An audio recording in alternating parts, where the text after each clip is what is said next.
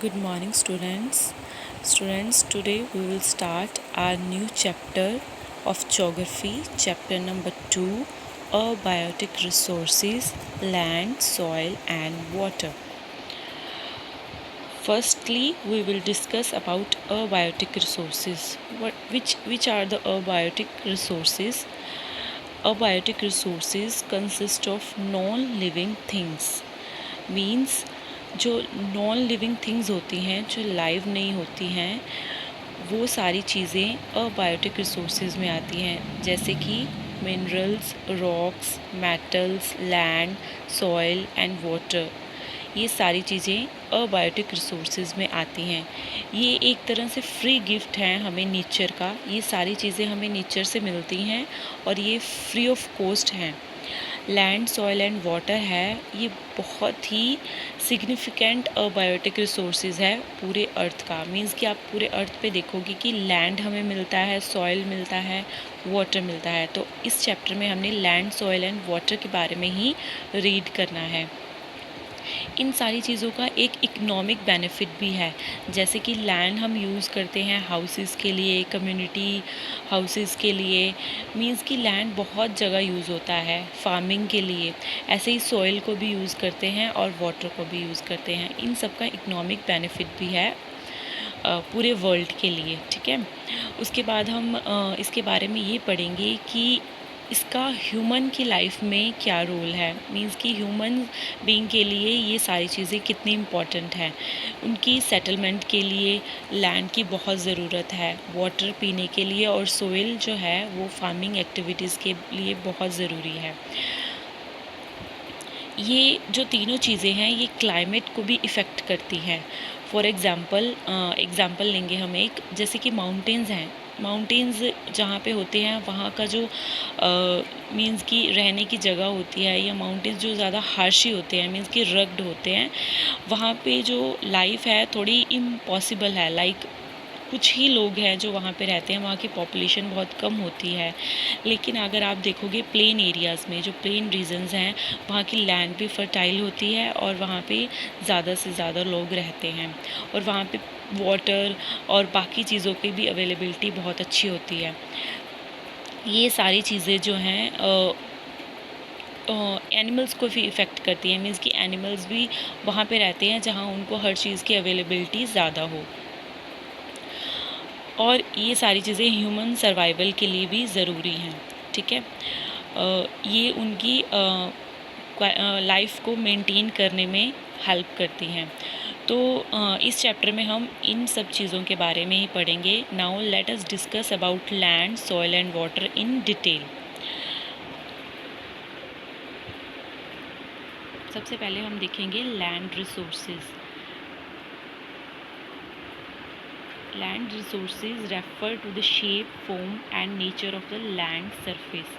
जो land surface है उसकी शेप, फॉर्म और नेचर के बारे में हम लैंड रिसोर्सेज में रीड करेंगे। जो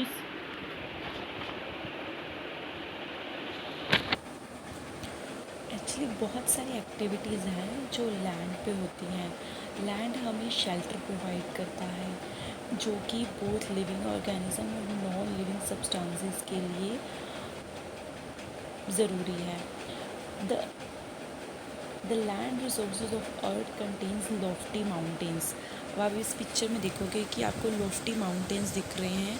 लैंड में लॉफ्टी माउंटेन्स पाए जाते हैं, फ्लैट प्लेन्स पाए जाते हैं, प्लेटूज़, आइलैंड्स, एग्रीकल्चर एक्टिविटीज़ होती हैं।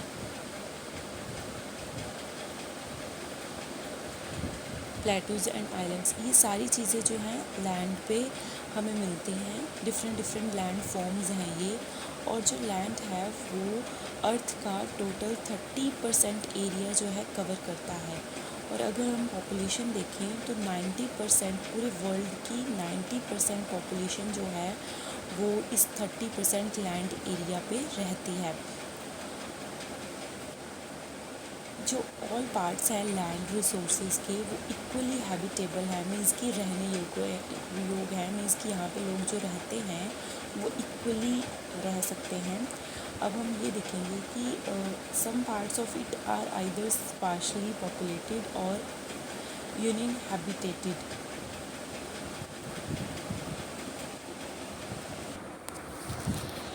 अब हम टू पार्ट्स में डिवाइड करते हैं, less habitable areas and highly habitable areas. जो लेस हैबिटेबल एरियाज़ है मीन्स कि जहाँ पे लोग थोड़े कम रह सकते हैं, वो है माउंटेन्स एरियाज़, जिस पे कि स्टेप बाय स्टेप वहाँ पे वो होती है फार्मिंग, और वहाँ पर का जो मीन्स की लैंड होती है वो रग्ड होती है काफ़ी, वहाँ पे थोड़ा सा रहना मुश्किल हो जाता है।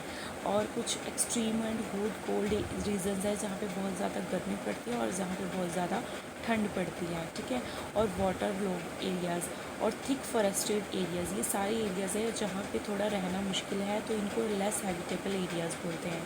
और हाईली हैबिटेबल एरियाज़ वो हैं रिवर वैलीज़, जहाँ पे रिवर साथ में होते हैं वैलीज़ में, वहाँ पे लोग रहते हैं।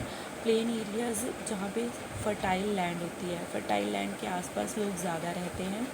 Grass lands like Ganga Brahmaputra plains, ये सारी जगहें हैं जहाँ पे हाईली हैबिटेबल एरियाज़ बोलते हैं इनको। सो हम कह सकते हैं जो लैंड है वो अनइवनली इनहेबिटेटेड है, मीन्स कि कुछ जगह पे हम लोग रह सकते हैं और कुछ जगह ऐसी है जहाँ पे थोड़ा सा रहना मुश्किल है। इसी वजह से जो पॉपुलेशन है वो भी अनइवन है, मीन्स कि उसकी डिस्ट्रीब्यूशन अनइवन है। यहाँ पे और भी तरह की मीन्स की क्वालिटी ऑफ लैंड की अवेलेबिलिटी है, मीन्स कि जहाँ पे वाटर और फर्टाइल सॉइल, ये क्लाइमेट कंडीशन सारा कुछ ठीक होता है, वहाँ पे जो लोग हैं वहाँ की पॉपुलेशन ज़्यादा होती है, लोग ज़्यादा रहना प्रेफर करते हैं वहाँ पे। और जो दूसरे एरियाज़ हैं जहाँ पे थोड़ी रहने की मुश्किल होती है, ये सारी चीज़ें अवेलेबिलिटी कम होती हैं इनकी, तो वहाँ पे लोग कम रहते हैं, मीन्स कि वहाँ की पॉपुलेशन थोड़ी कम होती है, क्योंकि ये सारी चीज़ें ह्यूमन बीइंग की रिक्वायरमेंट्स हैं। इन सारी चीज़ों की रिक्वायरमेंट की वजह से ह्यूमन बीइंग्स यहाँ पे ज़्यादा रहते हैं। अब नेक्स्ट हम देखेंगे लैंड यूज़, कि लैंड यूज़ कहाँ पे होती है। फर्स्टली हम देखेंगे एग्रीकल्चर एक्टिविटीज़, लैंड को एग्रीकल्चर एक्टिविटीज़ के लिए यूज़ किया जाता है, ठीक है। फॉरेस्ट्री मीन्स कि यहाँ पे काफ़ी सारे फॉरेस्ट होते हैं, और फॉरेस्ट से हमें पता है कि बहुत कुछ मिलता है, हमें फ्रूट्स भी वहाँ से मिलते हैं, हमें वुड मिलती है जिससे बहुत सारी चीज़ें बनती हैं, और फॉरेस्ट में और भी मेडिसिन्स भी काफ़ी पाई जाती हैं, मीन्स कि फ़ॉरेस्ट काफ़ी यूज़फुल होते हैं। और ये एक लैंड का मेन एरिया है फॉरेस्ट। नेक्स्ट हम देखेंगे बिल्डिंग्स। तो लैंड किस चीज़ के लिए और यूज़ होती है, बिल्डिंग्स के लिए, होम्स के लिए, डिफरेंट बड़ी बड़ी बिल्डिंग्स जो बनी थे उनके लिए, सबके लिए लैंड यूज़ होती है। नेक्स्ट है माइनिंग। अब कोल माइनिंग, ये जो माइनिंग के लिए भी लैंड यूज़ होती है। देखो आप इस पिक्चर में देख सकते हो, माइनिंग की जो पिक्चर दिखाई हुई है, ये सारी चीज़ों के लिए लैंड यूज़ होती है। और land use refers to land under agriculture. अब एग्रीकल्चर के अंडर लैंड आती है जैसे, तो ग्रेजिंग ऑफ एनिमल्स जो है, एग्रीकल्चर की जो लैंड होती है, कई जो ऐसे प्लांट्स उगाते हैं जो ग्रेजिंग के लिए यूज़ होते हैं, तो लैंड जो है काफ़ी चीज़ों के लिए यूज़फुल है। नेक्स्ट हम इसके टाइप्स के बारे में पढ़ेंगे, ठीक है। लैंड के जो डिफरेंट टाइप्स हैं, तो on the basis of ownership land can be classified as private and community. Private land जो है वो जहाँ पे लोग अपने मकान बनाते हैं, ठीक है, रहने के लिए अपनी प्राइवेट जो प्लेस होती है वो ख़रीदते हैं, उस पर अपनी प्राइवेट मतलब प्रॉपर्टी बनाते हैं, तो उसको हम प्राइवेट लैंड बोलते हैं। It is own by individuals, means कि कोई भी इंडिविजुअल जो है उस लैंड को बाई करता है और अपनी फैमिली के लिए, अपने खुद के लिए वहाँ पे होम बनाता है। और this type of land is use for personal purpose, ये पर्सनल पर्पस के ही लैंड यूज़ होती है। पूरे वर्ल्ड में अगर हम देखें तो सारी कंट्रीज़ में सबकी अपनी प्राइवेट लैंड होती है एक, और कम्युनिटी लैंड भी होती है। और people use them for several purpose, उनको सेवरल पर्पस के लिए यूज़ करते हैं पीपल। जैसे कि मैंने आपको बताया कि वहाँ पे अपना रहने के लिए घर बनाते हैं प्राइवेट प्लेसेस पे। अब प्राइवेट जो इंडस्ट्रीज़ हैं वो प्राइवेट इंडस्ट्रीज़ बनाती हैं, और मतलब कि प्राइवेट लैंड पे प्राइवेटली इंडिविजुअल ख़रीदता है और अपनी मर्ज़ी से वहाँ पे कुछ बना सकता है। और दूसरी तरफ अगर हम देखें तो आती है कम्युनिटी लैंड। कम्युनिटी लैंड जो होती है वो एक कम्युनिटी मीन्स की कम्युनिटी पूरी मिलके उसको बाय करती है और वहाँ पे कलेक्टिवली सारा कुछ बनता है, जैसे कि for common purpose such as collection of fruits. अगर हम देखें कि जो लैंड है फर्टाइल लैंड, वहाँ पे एक कम्युनिटी लैंड अगर कहें हम कि सारे लोग इकट्ठे होकर वो लैंड खरीदते हैं, हम वहाँ पे चीज़ें ग्रो करते हैं, तो वहाँ पे जब चीज़ें ग्रो होती हैं तो वो कम्युनिटी का पूरी कम्युनिटी का उसके ऊपर मतलब पूरी कम्युनिटी का हक होता है उसके ऊपर। वो सारी चीज़ें जो उस पर ग्रो करती हैं वो मिल के उसको बेचते हैं या उसका प्रॉफिट लेते हैं, तो इसलिए उसको कम्युनिटी लैंड बोलते हैं। और आप देखोगे कि जो एक बिल्डिंग्स की एक वो जो हम कहते हैं जैसे इस पिक्चर में दिखाया हुआ है, एक पूरी प्लेस बनी होती है जहाँ पे बहुत सारे हाउसेस बने होते हैं, बिल्डिंग्स बनी होती है, वो एक पूरी कम्युनिटी की लैंड होती है। ऐसे और पर्पस के लिए भी यूज़ की जाती है, जैसे कई जगह पे ऐसा होता है कि एक वाटर के लिए कोई सोर्स होता है जो कम्युनिटी ने आपस में मिल के मतलब ख़रीदा होता है, या कम्युनिटी का लैंड बोलते हैं उसको, क्योंकि वो एक गवर्नमेंट लैंड भी बोल सकते हैं क्योंकि गवर्नमेंट की ओर से वो प्रोवाइड की जाती है या गवर्नमेंट उसको ख़रीदती है। तो community land is also termed as common property resource. Common property resource भी इसको बोल सकते हैं। जैसे पार्क्स हैं, आप पार्क्स में जाते हो, वो हम कहते हैं कि एक गवर्नमेंट का पार्क है, हम वहाँ पे ज़्यादा छेड़छाड़ भी नहीं करते हैं, लेकिन वहाँ पे बहुत सारी चीज़ें प्रोवाइड करते हैं। जैसे बच्चों के लिए वहाँ पे झूले लगे होते हैं, बैठने के लिए चेयर्स होती हैं, तो सारे कलेक्टिवली वहाँ पे जाते हैं। मीन्स कि वहाँ पे सबका हक है, हम किसी को कुछ भी कह नहीं सकते, वो कम्युनिटी लैंड बोली जाती है।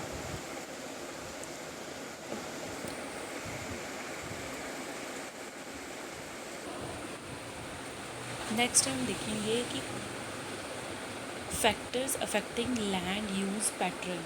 मीन्स कि कौन कौन से फैक्टर्स हैं जो इफ़ेक्ट करते हैं यूज़ ऑफ लैंड को, ठीक है। First is climate, second is topography, third one is types of soil, fourth is availability of water, five is mineral, six one is technology and human resources. तो हम अब इनके बारे में सब कुछ रीड करेंगे, एक्सप्लेन करेंगे इसके बारे में। तो फर्स्ट इज़ क्लाइमेट।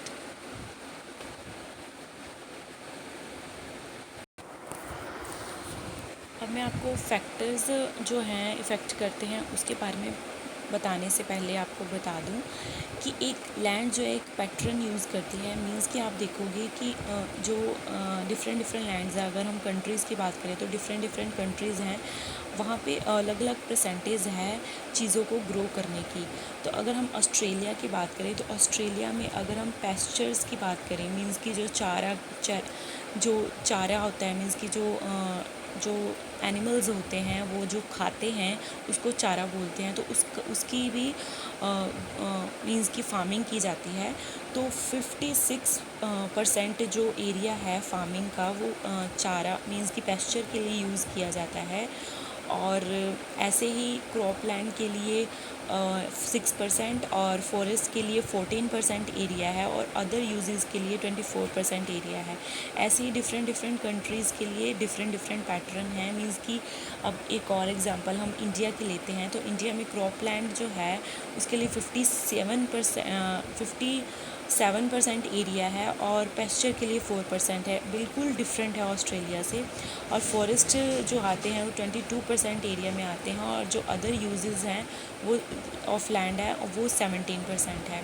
ऐसे ही डिफरेंट डिफरेंट कंट्रीज़ का अपना अपना पैटर्न है, उसके ही अकॉर्डिंग हम ये कंडीशंस देखेंगे। मींस कि इसका मतलब है factors affecting land use pattern.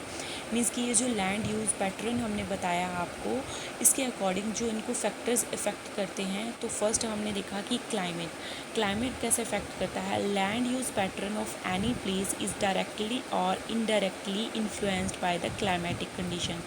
जो भी ये पैटर्न है ये क्लाइमेट कंडीशन के ऊपर पूरी तरह से डिपेंड करता है। मीन्स कि जैसा क्लाइमेट होगा उसी अकॉर्डिंग वहाँ पे चीज़ ग्रो करेगी, ठीक है ना।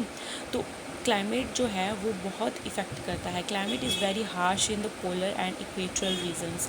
अगर हम पोलर और इक्वेटरल रीजन की बात करें तो वहाँ पे क्लाइमेट जो है बहुत हार्श होता है। Thus these area are not suitable for croplands and pastures. तो ये वाले एरियाज़ जो हैं वो क्रॉपलैंड्स के लिए और पैस्चर्स के लिए यूज़ नहीं हो पाते, तो यहाँ पे ये चीज़ें ग्रो नहीं कर पाती हैं। Next, tiny shrubs and thick forest are found in these areas. यहाँ पे टाइनी श्रब्स और वो जो बड़े बड़े फॉरेस्ट हैं वो यहाँ पे पाए जाते हैं ये वाले एरिया में।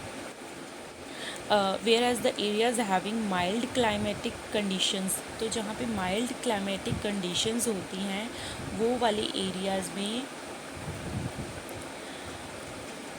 ये चीज़ें ग्रो कर सकती हैं, जैसे पैस्चर हो गया एंड अदर एग्रीकल्चर एक्टिविटीज़ जो होती हैं वो जो है यहाँ पे इजीली ग्रो कर पाती हैं। तो next is topography. Well drained plain regions provide suitable conditions for agricultures. Well drained plain regions, जो प्लेन रीजन्स होते हैं वहाँ पे जो बहुत ज़्यादा सुटेबल होते हैं एग्रीकल्चर एक्टिविटीज़ के लिए, पेस्चर्स के लिए। Such type of land use pattern attract a huge number of people. और वहाँ पे अगर फार्मिंग एक्टिविटीज़ ज़्यादा होंगी तो वहाँ पे पीपल भी ज़्यादा होंगे और वहाँ की पॉपुलेशन भी जो है वो ज़्यादा होगी। अब इसमें आपको एक क्वेश्चन माइंड में शायद आ रहा हो कि टोपोग्राफी क्या है। The arrangement of the natural and artificial physical feature of an area. Means कि कोई भी अरेंजमेंट हो जो नेचुरल और आर्टिफिशियल एरिया के फीचर के लिए हो, तो उस अरेंजमेंट को हम उस लैंड की टोपोग्राफी बोलते हैं। मीन्स कि जैसे मैंने आपको बताया कि इस रीजन में कैसे कैसे कंडीशन पाई जाती है और कौन कौन सी एक्टिविटी की जाती है।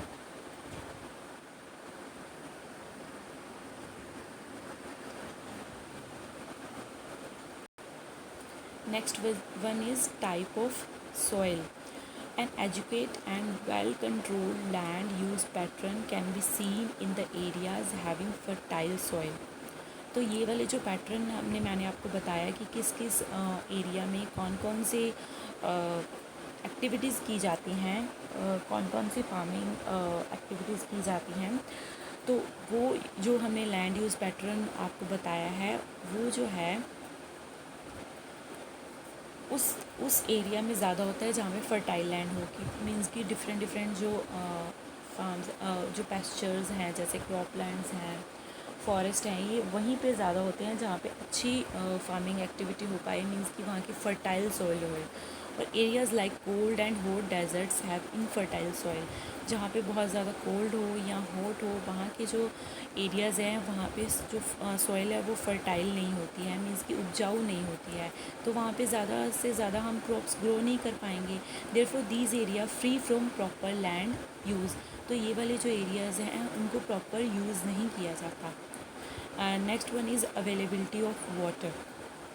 For a well developed and land use pattern water availability is essential. अगर हमने लैंड पैटर्न एक यूज़ करना है, मीन्स कि डिफरेंट क्रॉप्स जो हैं ग्रो करनी है या ऑलरेडी जो ग्रो हैं उनको देखेंगे, तो वहाँ पे वाटर की अवेलेबिलिटी बहुत ज़रूरी है। अगर वहाँ पे वाटर अवेलेबल है तो वहाँ पे सारी चीज़ें ग्रो करेंगी। अगर वाटर की अवेलेबिलिटी नहीं है तो वहाँ पे वो सारी चीज़ें ग्रो नहीं करेंगी, क्योंकि उनको पानी मिलेगा तभी वो ग्रो करेंगे ना। तो वाटर की एसेंशियल, बहुत ही एसेंशियल है वाटर।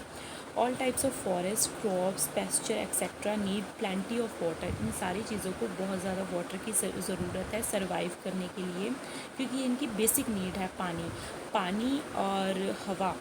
इन चीज़ों से ही ये ग्रो करते हैं। तो इनकी अवेलेबिलिटी बहुत ही एसेंशियल है for the settlement and land use pattern. Next one is mineral deposits also influence the land use pattern of place. अगर मिनरल्स की बात करें तो उसकी भी बहुत एक इम्पॉर्टेंस है इसमें लैंड यूज़ पैटर्न में। For example a region having mineral deposit are use for mining purpose.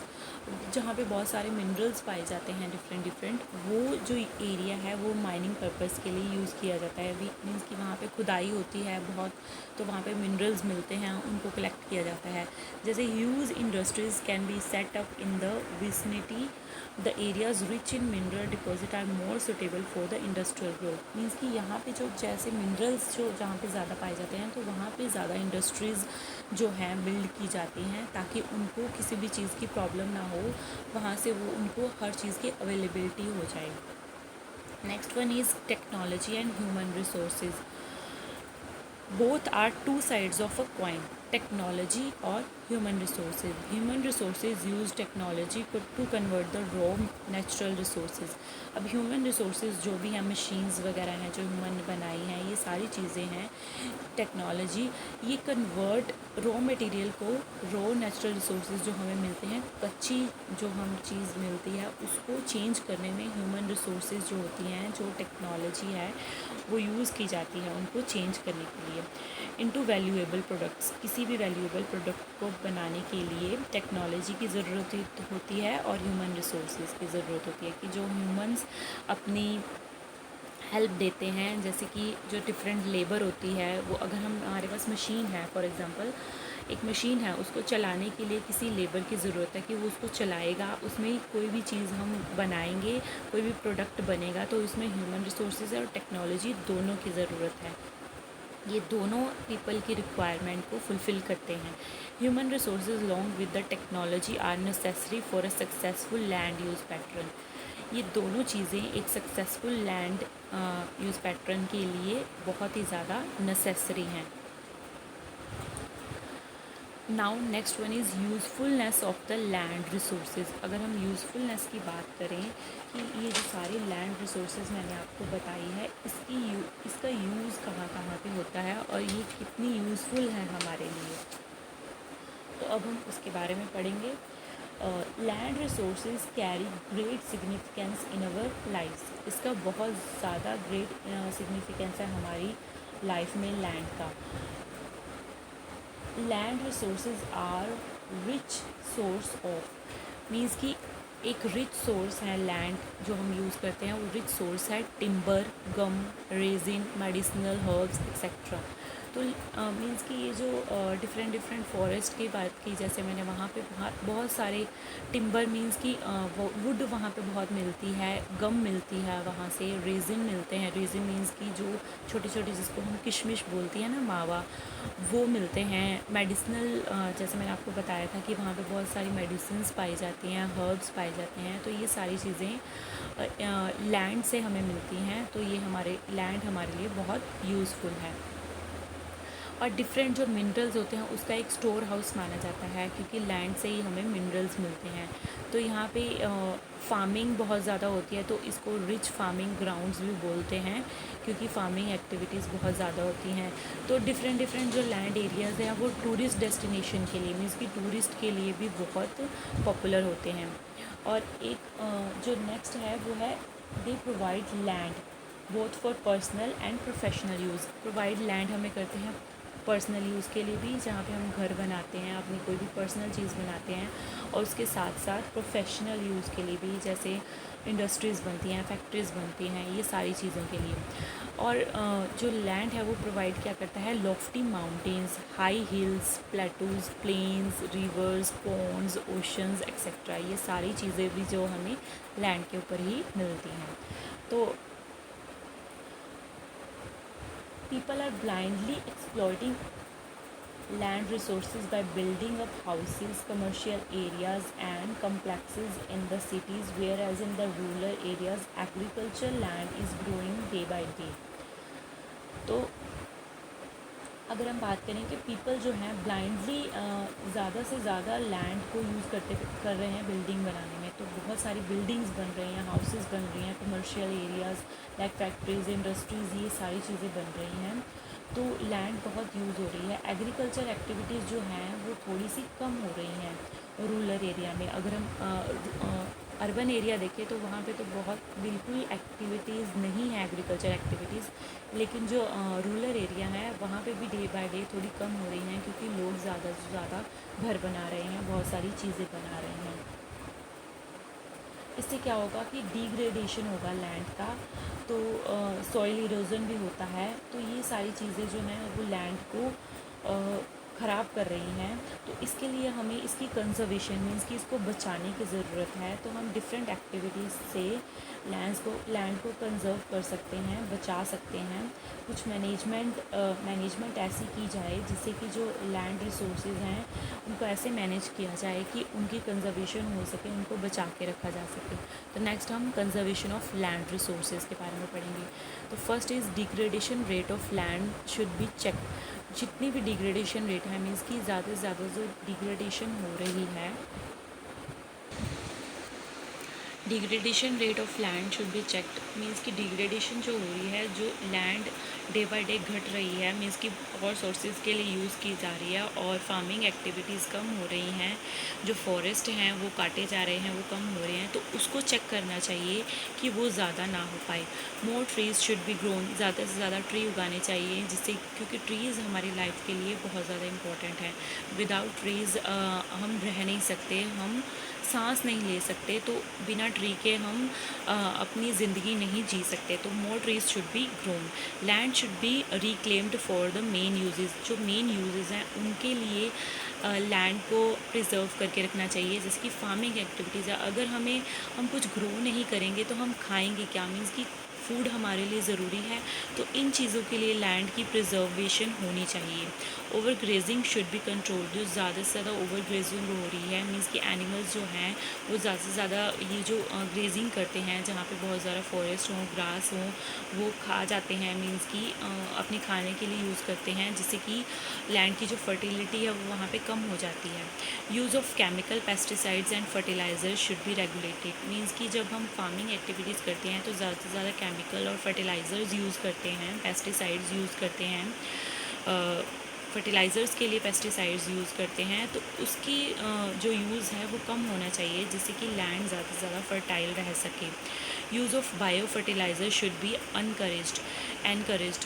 Means कि जो बायो फर्टिलाइज़र्स हैं, बायो फर्टिलाइज़र्स मीन्स जो नेचुरली चीज़ें बनती हैं जिससे कि क्रॉप्स की ग्रो ज़्यादा होते हैं, क्रॉप्स ग्रो, तो उन चीज़ों का ज़्यादा यूज़ करना चाहिए, उनको एनकरेज करना चाहिए हमें। तो इसके साथ हमारा जो ये टॉपिक है लैंड रिसोर्सेज वो फिनिश हो जाता है। नेक्स्ट वीडियो में हम नेक्स्ट रिसोर्स के बारे में पढ़ेंगे, सोइल रिसोर्स।